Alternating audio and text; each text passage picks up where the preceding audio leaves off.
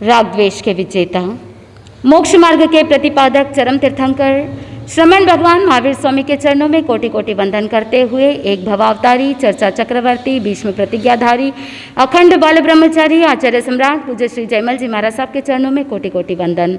जय गच्छाधिपति, व्याख्यान वाचस्पति, उग्र विहारी, वचन सिद्ध साधक, 12वें पटधर, आचार्य प्रभु श्री पार्श्वचंद्र जी महाराज साहब, मेरे अनंत आस्था के आयाम, मम जीवन उद्धारक, परम पूज्य गुरुदेव डॉक्टर श्री पदम चंद्र जी महाराज साहब के चरणों में कोटि कोटि वंदन करते हुए सभी गुरु भगवंतों के चरणों में वंदन करती हूँ। गुरुदेव की आज्ञा से आत्मबंधुओं, अनंत अनंत ज्ञानी, सर्वज्ञ, सर्वदर्शी तीर्थंकर प्रभु महावीर स्वामी, जिन्होंने संसार के भव्य प्राणियों को जिनवाणी के माध्यम से बोध दिया और उसी ज्ञान को अनंत अनंत काल से अनेक तीर्थंकर भगवंतों ने आगे से आगे जिनवाणी को प्रस्तुत किया और इस 24वें तीर्थंकर के शासन में अनेक आचार्यों ने, अनेक महापुरुषों ने ज्ञान प्रदान किया और उसी जयगच्च परंपरा के तृतीय पटधर आचार्य श्री आस्करण जी महाराज साहब ने लघु साधु वंदना में कहा, एक वचन श्री सतगुरु केरो,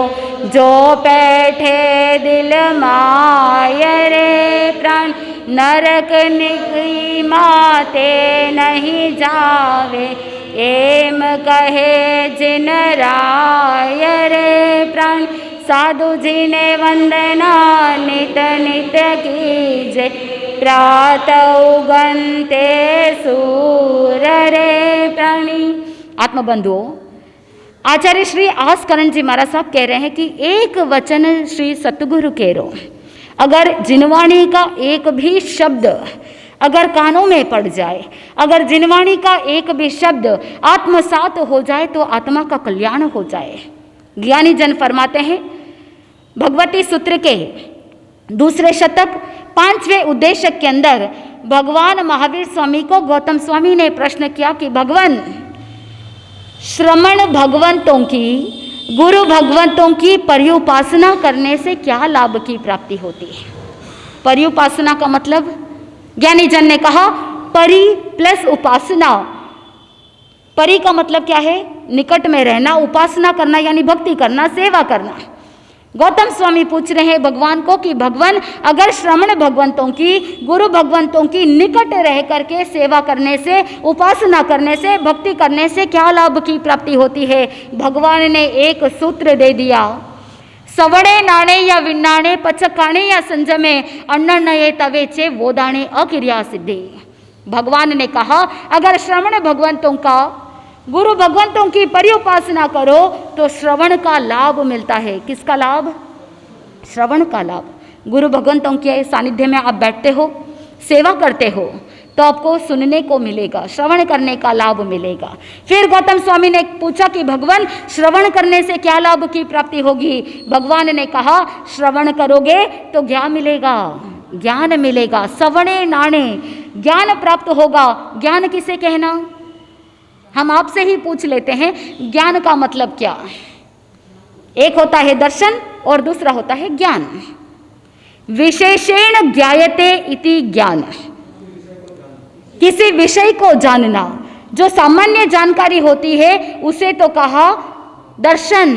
देखते से ही, आपने इस पाटे को देखा, देखते ही आपको सामान्य जानकारी प्राप्त हो गई, ये क्या है? पाटा है। लेकिन बाद में आपने और ज़्यादा जानकारी निकालने की कोशिश की, उस विशेष जानकारी को कहा ज्ञान। ये पाटा किससे बना हुआ है? कौन सी लकड़ी है? इसके ऊपर कौन सा पेंट लगा हुआ है? इसकी ड्यूरेबिलिटी कितनी है? ये कहाँ से लाया गया है? कितने वर्ष तक चलेगा? और किस किस काम के लिए काम आएगा? ये सारी विशेष जानकारी क्या है? ज्ञान।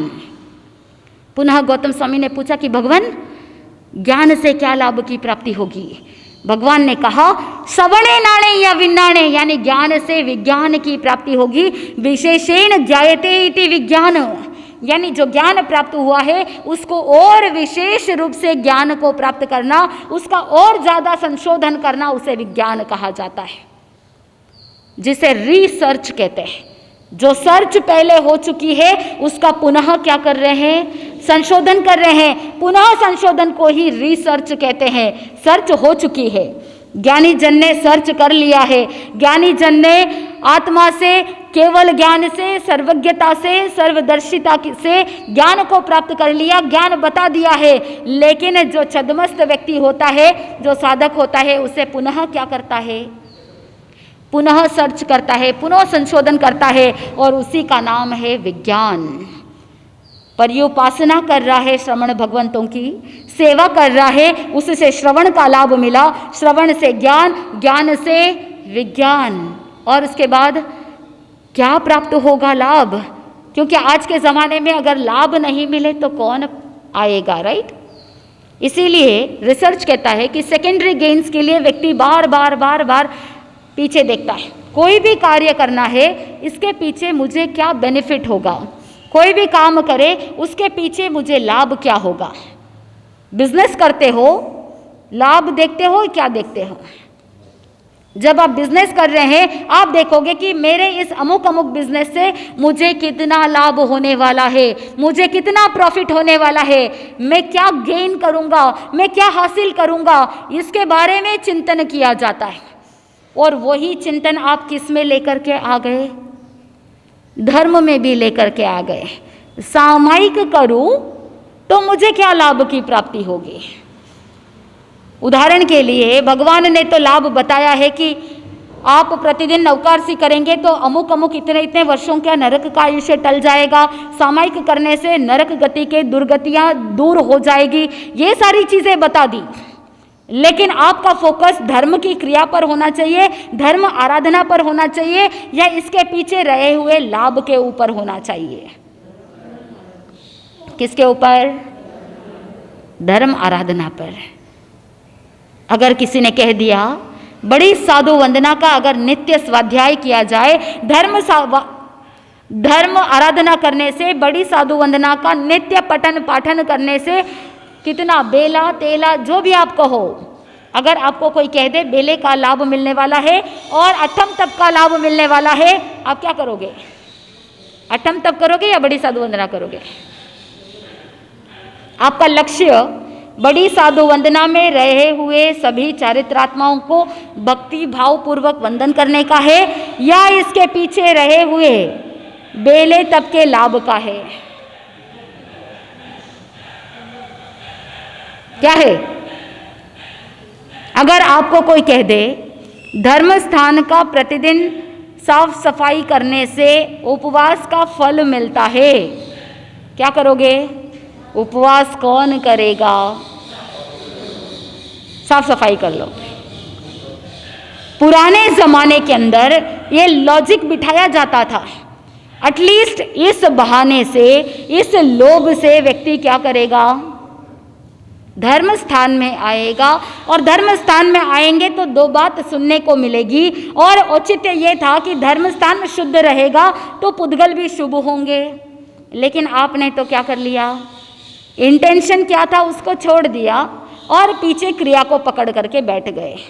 इसके पीछे रहे हुए इंटेंशन को ध्यान में नहीं रखा, इसीलिए जो लाभ मिलना चाहिए था वो लाभ नहीं मिला। गुरु भगवंतों के सानिध्य में बैठ रहे हैं, गुरु देखे या नहीं देखे, लेकिन हम जब उनकी सेवा में बैठते हैं, निस्वार्थ भाव से बैठ रहे हैं, तो श्रवण का लाभ मिलेगा। गुरु भगवंत किसी ना किसी को तो कुछ ना कुछ बोध देंगे ही। क्या पता वो बोध हमको भी प्राप्त हो जाए, क्या पता वो बोध हमारे जीवन को उन्नति के शिखर पर ले जाए। इसीलिए ज्ञानी जन ने कहा, सवणे नाणे या विनाणे, पचक काणे या संजम है, यानी वही विज्ञान साधक को उस विशेष ज्ञान से साधक प्रत्याख्यान तक पहुंच जाता है। जब साधक जीव अजीव का ज्ञान प्राप्त कर लेता है, तब वो त्याग की ओर आगे बढ़ जाता है। आपने भगवान महावीर स्वामी के पूर्व भवों के बारे में सुना, किस तरह से तिर्यंच गति में सिंह के रूप में जन्म लिया। तिर्यंच गति के अंदर जहाँ मिथ्यात्व का अंधकार था, इसीलिए मांसाहार का सेवन कर रहा था, मांस भक्षण कर रहा था, शिकार कर रहा था। लेकिन थोड़ी सी पुण्यवानी बढ़ी, गुरु का सानिध्य मिला, मुनिराज का बोध मिला, और उसी बोध के कारण से श्रवण प्राप्त हुआ, श्रवण से ज्ञान, ज्ञान से विज्ञान, और उसी समय उस सिंह ने भी क्या किया? मांसाहार का त्याग किया, शिकार का त्याग किया। त्याग की भावना कब जगी? जब गुरु की सेवा करने का मौका मिला, गुरु का सानिध्य मिला, गुरु के मुख से कुछ बोध सुनने को मिला। इसीलिए ज्ञानी जन ने कहा, प्रभु महावीर स्वामी ने कहा भगवती सूत्र के अंदर, सवणे नाणे या विन्नाणे, पचकाणे या संझमे। जब साधक प्रत्याख्यान की ओर जाता है, प्रत्याख्यान का लाभ क्या है? जीव संयमित हो जाता है। प्रत्याख्यान ग्रहण किए उस सिंह ने, और सिंह ने प्रत्याख्यान ग्रहण किया तो अपने इंद्रियों पर वश रखना प्रारंभ कर दिया। अगर इंद्रियों पर वश नहीं रहता, अपने इंद्रियों पर निग्रहित करने की कला नहीं आती, क्या वो शिकार का त्याग कर पाता? कर पाता क्या? नहीं कर पाता। क्या अपने इस रसनेन्द्र की लोलुपता का त्याग कर पाता? मांसाहार भक्षण जो व्यक्ति कर रहा था, जो जीव कर रहा था, क्या अपने रसनेन्द्रिय पर कंट्रोल कर पाता? नहीं कर पाता। गुरु का बोध मिला और वो बोध को आत्मसात कर लिया, इसलिए त्याग से, प्रत्याख्यान से संयम की ओर अग्रसर हो गया। संयम का मतलब क्या है? हम आपसे ही पूछ लेते हैं, संयम का मतलब क्या? क्या है संयम का मतलब? इंद्रियों को वश में रखना। केवल साधु संतों के लिए ही है या गृहस्थ के लिए भी है? ज्ञानी जन कहते हैं, चाहे छद्मस्त हो, चाहे मनुष्य हो, चाहे तिर्यंच गति के जीव हो, या चाहे साधु जीव हो, कोई भी प्रकार का जीव हो, अगर इंद्रियों पर निग्रहित नहीं किया गया तो वो अपने आत्मा का घात कर बैठता है। ज्ञाता धर्म कथांग सूत्र के अंदर एक छोटा सा दृष्टांत रूपक आता है। दो कछुए जंगल के अंदर भ्रमण कर रहे, और जैसे ही कछुए भ्रमण कर रहे थे, देखा सामने से शृगाल आ रहा है। तो कछुए ने क्या किया? दोनों कछुओं ने देखा कि अगर शृगाल आया है तो मेरे जीवन पर खतरा है, मेरे जीवन के ऊपर घात पहुंचने वाला है, इसीलिए मुझे क्या करना चाहिए? अपने इंद्रियों को गोपन करना चाहिए, अपने शरीर को संकुचित करना चाहिए। तो दोनों कछुए ने क्या किया? अपने शरीर को संकुचित किया और ऊपर जो शेल था, जो आउटर कवर था, उसके अंदर अपने आप को अंदर समेट लिया। शृगाल नजदीक आया, देखा दोनों कछुओं को केवल ऊपर का कलेवर है। दोनों ने अपने श्वासोश्वास को धीमी कर दी। जब श्वासोश्वास इतनी धीमी कर दी जाती है तो पता ही नहीं चलता है कि जीवित है या मर गए हैं, पता ही नहीं चला। शृगाल ने सोचा कि दोनों मरे हुए हैं, इसलिए वो शृगाल चला गया। इधर एक कछुए ने देखा, अब तो शृगाल चला गया है, अब तो मेरे जीवन को कोई खतरा नहीं, इसीलिए वो अपने शरीर को पसारता है। दूसरा कछुआ मानो कह रहा है, अभी थोड़े ही समय हुआ है, अभी तो शृगाल गया है, हो सकता है वापस आ जाए, इसीलिए तुम अपने शरीर को पसारो मत, अपने शरीर को संकुचित कर लो, अपने इंद्रियों को गोपनीय रख लो, अपने इंद्रियों को वश में रख लो। लेकिन वो सुनता नहीं है।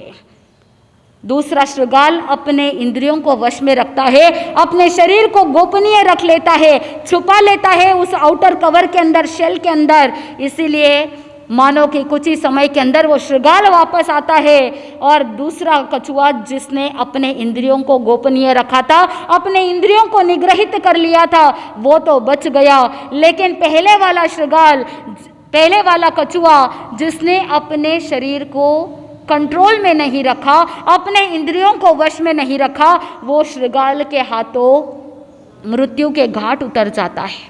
आत्मबंधुओं, ज्ञानी जन कहते हैं संयम का मतलब होता है सम प्लस यम।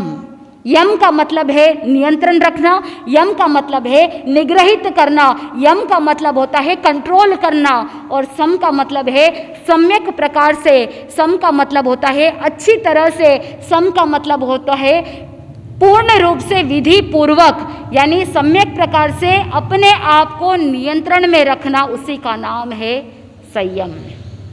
चाहे गृहस्थ हो, चाहे छद्मस्त हो, या चाहे कोई भी साधक क्यों ना हो, या कोई पशु पक्षी भी क्यों ना हो, अगर अपने शरीर पर कंट्रोल नहीं रखा, अपने इंद्रियों पर कंट्रोल नहीं रखा, तो जीवन से हाथ धोना पड़ सकता है।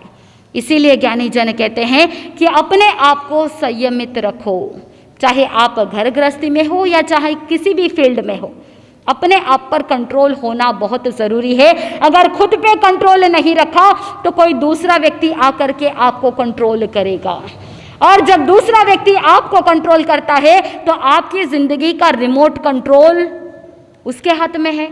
वो कहेगा बैठो तो आप बैठोगे, वो कहेगा खड़े रहो तो आप खड़े रहोगे, वो कहेगा कि नहीं दुकान नहीं जाना तो दुकान नहीं जाओगे, वो कहेगा ऐसा करो तो वैसा करोगे, वो कहेगा दिन है तो दिन है, रात है तो रात है। यानी आपकी ज़िंदगी की चाबी किसके हाथ में है? उस सामने वाले व्यक्ति के हाथ में है। उसके बाद आप कुछ करना चाहो तो आप कर नहीं पाओगे। बहुत बार आप अपनी ज़िंदगी की चाबी अपने बेटों के हाथ में दे देते हो। जिंदगी भर कमाया आपने, लेकिन जब दान करने की बात आती है, जब टीप लिखाने की बारी आती है, अमूमन बहुत सारे श्रावक श्राविकाओं से सुनने को मिलता है बेटे को पूछ करके दूंगा। ये आपकी नेगेटिव साइकोलॉजी। कमाया आपने है तो दान देने की भावना भी किसकी है? आपकी है। और उस पर अधिकार भी किसका होना चाहिए? स्वयं का होना चाहिए। आपकी मेहनत है, आप जहां चाहो वहां दान कर सकते हो। लेकिन जब पदाधिकारी आपके घर आते हैं टिप लिखाने के लिए, पदाधिकारी जिस समय आपको कहते हैं कि दान देना है, उस समय आप क्या करते हो? आप कहोगे कि बेटे को पूछ करके बताऊंगा। और उस समय बेटे के मन में आता है पिताजी मुझे बोले बिना, मुझे पूछे बिना कहीं भी दान करेंगे नहीं। वो साइकोलॉजी अंदर बैठ गई। उसके बाद धीरे धीरे आपका रिमोट कंट्रोल किसके हाथ में जाएगा? आपके बेटे के हाथ में जाएगा। फिर ऐसे ही चलते चलते आपकी ज़िंदगी का रिमोट कंट्रोल आपके बेटे के हाथ में चला जाएगा। पूरा बिजनेस उसके कंट्रोल में आ जाएगा। घर की बागडोर भी बेटे के कंट्रोल में।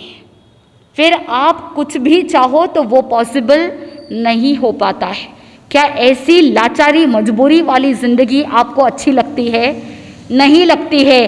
तो समय रहते चेत जाना है। ज़िंदगी का प्रबंधन सही रूप से सीख लीजिए कि मेरी ज़िंदगी को कैसे मैनेज करना है। खुद की ज़िंदगी को मैनेज करना खुद को आना चाहिए। नहीं तो आप ज़िंदगी भर दूसरों के सहारे, दूसरों के चाबी घुमाने जैसे चलते रहोगे और आपकी ज़िंदगी आप स्वयं दुखी करते रहोगे।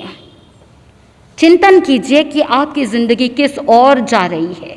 लेकिन भगवान महावीर स्वामी कहते हैं अगर अपने इंद्रियों पर वश कर लिया होता, अगर आप अपने इंद्रियों को निग्रहित कर लिया होता, संयमित रहते, तो आपको ये सारी प्रॉब्लम्स देखने की ज़रूरत नहीं पड़ती। भगवान महावीर स्वामी कह रहे हैं पर्युपासना करने से श्रवण का लाभ होता है। श्रवण से ज्ञान, ज्ञान से विज्ञान, विज्ञान से पचकान और प्रत्याख्यान से साधक संयम की ओर अग्रसर कर सकता है। लेकिन आपने त्याग व्रत प्रत्याख्यान ग्रहण करने के लिए अगर आपने हिम्मत नहीं की, आप अगर बार बार त्याग करने के लिए कतराए, तो फिर संयम की ओर आगे बढ़ना बहुत दुष्कर हो जाता है।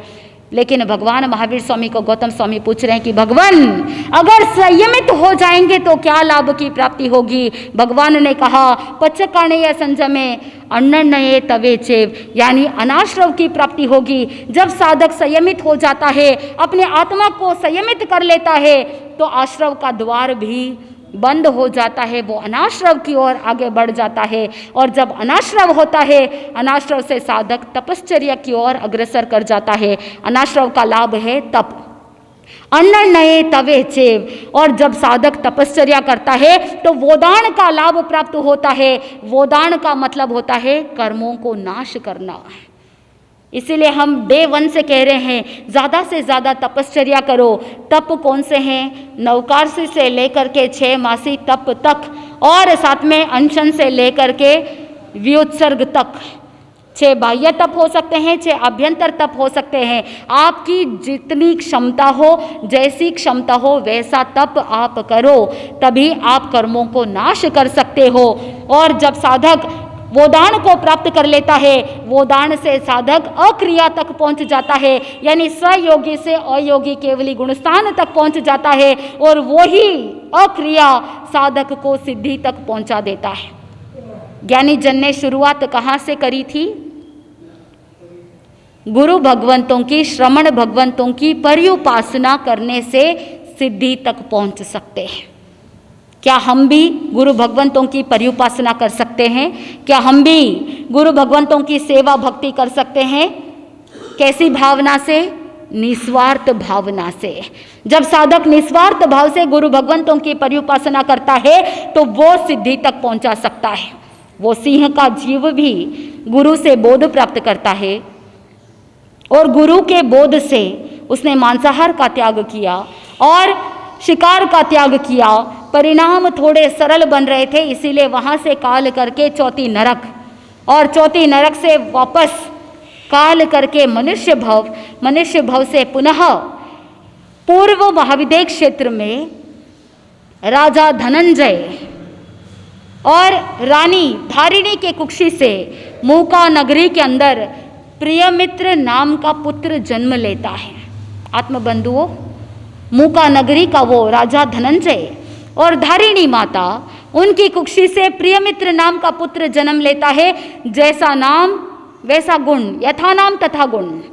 प्रियमित्र यानी प्रियता और मित्रता का प्रचार प्रसार करते हुए निरंतर जीवन में आगे बढ़ रहा था और कालांतर के अंदर जब 8 वर्ष का हो गया, वहाँ पर कलाचार्य के पास भेजा गया, 72 कलाओं में निपुण किया गया और एक बार जब आयुधशाला में चक्र रत्न की प्राप्ति हुई तो इंडिकेशन मिल गया कि अब मुझे 6 खंड को साधने के लिए प्रस्थान करना चाहिए, जिनके सेवा में 9 निधि 14 रत्न है, 32,000 मुकुटबंद राजा उनकी सेवा में है, 64,000 रानियां उसकी सेवा के अंदर और एक एक रानी के साथ 2-2 दासियां, यानी 64,000 रानियां तो है, लेकिन उनके साथ साथ और कितने 2-2 दासियां एक के साथ, वो सारी की सारी परिग्रहिता।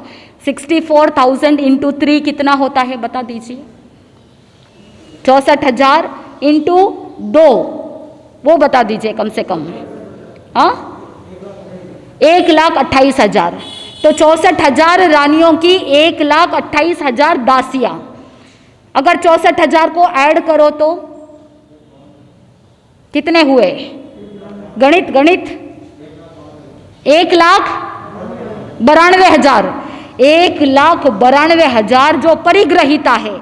इतना धन वैभव संपत्ति और काम भोग के लिए इतनी विपुल मात्रा में सामग्री जब उपलब्ध हो जाए, लेकिन ज्ञानी जन कहते हैं कि अगर पुण्यवानी प्रबल हो, ज्ञानी जन कहते हैं कि चक्रेश्वरी सो नरकेश्वरी, अगर चक्रवर्ती अपने काम भोगों में रत रह जाए और अंतिम समय तक भी उस चक्रवर्ती की रिद्धि के अंदर डूबा रहे तो नरक गति का द्वार खोल देता है। लेकिन वही चक्रवर्ती अगर धर्म धुरंधर बन जाए, संयम अंगीकार कर ले तो मोक्ष की मंजिल को भी प्राप्त कर सकता है। प्रियमित्र चक्रवर्ती को एक बार उस मूका नगरी में पोटिल नाम के आचार्य का सानिध्य मिला। कितना पुण्योदय, कितना भाग्योदय कि पोटिल आचार्य का सानिध्य मिला और आचार्य ने बोध दिया तो तुरंत ही बोध लग गया और ऐसा वैराग्य का रंग चढ़ा कि मानो कि बार बार चढ़ाने की जरूरत नहीं। आपका रंग कैसा है? अरे बोल तो दीजिए, आपका वैराग्य आता है कि नहीं आता है? आपको कभी वैराग्य जिंदगी में आया कि नहीं आया? मसाणिया वैराग आता है। जब किसी को आप शमशान को पहुंचाने के लिए जाते हो, आप बोलते हो कि देखो अभी तो ये व्यक्ति इतना अच्छा हट्टा कट्टा था, अभी तो 1 घंटे पहले मैंने बात की थी, इतना तो स्वस्थ था, लेकिन अचानक पता नहीं क्या हो गया और मृत्यु के घाट उतर गया और शमशान पहुंचाने के लिए जाते हो, बड़ा वैराग्य आता है। आप कहते हो कि संसार असार है, इस संसार में कुछ रखा हुआ नहीं है, ये तो धराशायी होने वाला है। आ गया वैराग्य। लेकिन जैसे ही शमशान से वापस घर आते हैं, 2 लोटा पानी ऊपर से नीचे तक पहुंचता है, पानी नीचे बहे और बह करके चला जाए उससे पहले ही आपका वैराग्य भी साथ साथ बह जाता है। आत्मबंधुओं, वो हल्दी का रंग का वैराग्य नहीं था जो धूप लगते ही हल्दी का पीला रंग गायब हो जाए।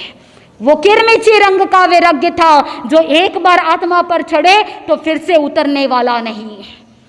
प्रिय मित्र चक्रवर्ती के मन में भी वैराग्य की भावना जागृत हुई, और तो और वैराग्य होते ही संयम अंगीकार कर लिया, सारा धन वैभव संपत्ति सब त्याग कर लिया। उनका धन, उनकी नवनिधि, 14 रत्न और तो और हजारों देवता जिनकी सेवा में रहने वाले, सब कुछ छोड़ करके संयम अंगीकार कर लिया। उत्कृष्ट तप किया, कोटि वर्ष तक तपश्चर्या की, और तपश्चर्या इतनी उग्र की कि केवल ज्ञान, केवल दर्शन की प्राप्ति हो गई, और अनेकों वर्ष तक केवली पर्याय के अंदर रहते हुए अपनी आत्मा को भावित किया, और भावित करते करते करते केवल ज्ञान को प्राप्त करना बाकी है। उस जन्म में केवल ज्ञान को तो प्राप्त नहीं किया, उग्र तप किया। उग्र तप करने के कारण से वहाँ से काल कर जाते हैं, और तो अभी बाकी है केवल ज्ञान प्राप्त करना। अभी केवल ज्ञान प्राप्त करेंगे तो 27वां भव महावीर स्वामी का कैसे होगा? ये तो 23वां भव है। प्रिय मित्र चक्रवर्ती ने राजेश्वरी का त्याग किया, चक्रेश्वरी का त्याग किया, और नरक के द्वार को बंद कर दिया। तिर्यंच गति के द्वार को भी क्या कर दिया? बंद कर दिया।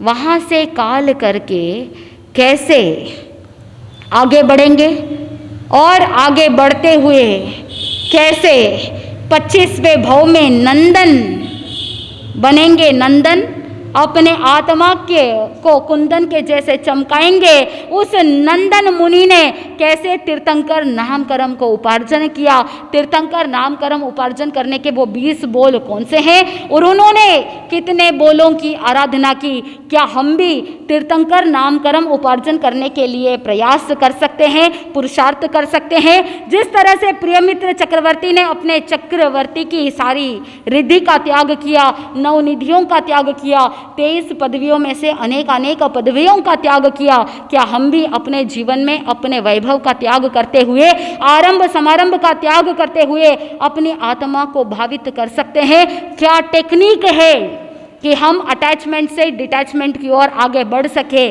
जो मोह है, जो अटैचमेंट है, उससे मुक्त होने की कला क्या है? कैसे उन्होंने अपनी आत्मा को 1 सेकंड में, 1 झटके में उस धन वैभव संपत्ति का त्याग करते हुए भावित किया? जैसे जैसे हम सुनेंगे हमारी आत्मा को भी वो टेक्निक प्राप्त होगी, हमारे जीवन में वो कलाएं प्राप्त होगी कि कैसे 1 झटके में उन्होंने चक्रवर्ती की रिद्धि का त्याग किया। उनके पास जितनी रिद्धि थी उतनी रिद्धि तो है क्या आपके पास? उनके पास जितनी रिद्धि थी उसका कितना परसेंट है? 0.00001% भी नहीं है। फिर भी मोह अटका पड़ा रहता है घर के प्रति, परिवार के प्रति, सदस्यों के प्रति, काम भोग के प्रति। ये वासना आत्मा को ले डूबती है। इसीलिए ज्ञानी जन ने कहा कि इस काम भोग से ऊपर उठो, काम वासनाओं से ऊपर उठो, और अपने इस धन वैभव संपत्ति पर जो मोह है उस मोह का त्याग करोगे तो एक दिन मोक्ष रूपी राजमहल मिलने वाला है, परम सुख की अनुभूति होने वाली है। तो आज हमारा लक्ष्य यही रहेगा कि आज हम अपने कामनाओं का त्याग करेंगे। आज के दिन आपके लिए संकल्प होगा कि मैं पुरुषार्थ करूं, कि मैं अपनी कामनाओं पर विजय प्राप्त करूं। आज मन में कोई इच्छा आए तो उस इच्छा को क्या कर देना? त्याग कर देना, उस कामनाओं का त्याग कर देना, और उसी कामना को पॉजिटिव में कन्वर्ट करने की कोशिश कर लेना। क्योंकि अगर कामना को दबा दिया तो कभी ना कभी वापस उठ करके आएगा। दमन नहीं करना है, उसको क्या कर देना है? शमन करना है। तो आज जो भी इच्छाएं अगर अंदर से आ रही है, आज मुझे ये खाने का मन हो रहा है, आज मुझे वो खाने का मन हो रहा है, तो वहाँ पर इच्छा को दबाना नहीं है, इच्छा को कन्वर्ट कर देना है। खाने के प्रति क्या जाना है, आज मुझे उसे कन्वर्ट करना है। यानी एक बात के लिए इच्छा जागृत हुई तो मैं 2 गाथा का स्वाध्याय करूँ, कन्वर्ट करना है। नेगेटिव से पॉजिटिविटी की ओर अगर रिप्लेसमेंट करेंगे तो इलाज संभव है। तो अगर ये इलाज करेंगे तो आत्मा को आनंद की प्राप्ति होगी। इन्हीं मंगल भावनाओं के साथ आनंद ही आनंद। बोले श्री जैन धर्म की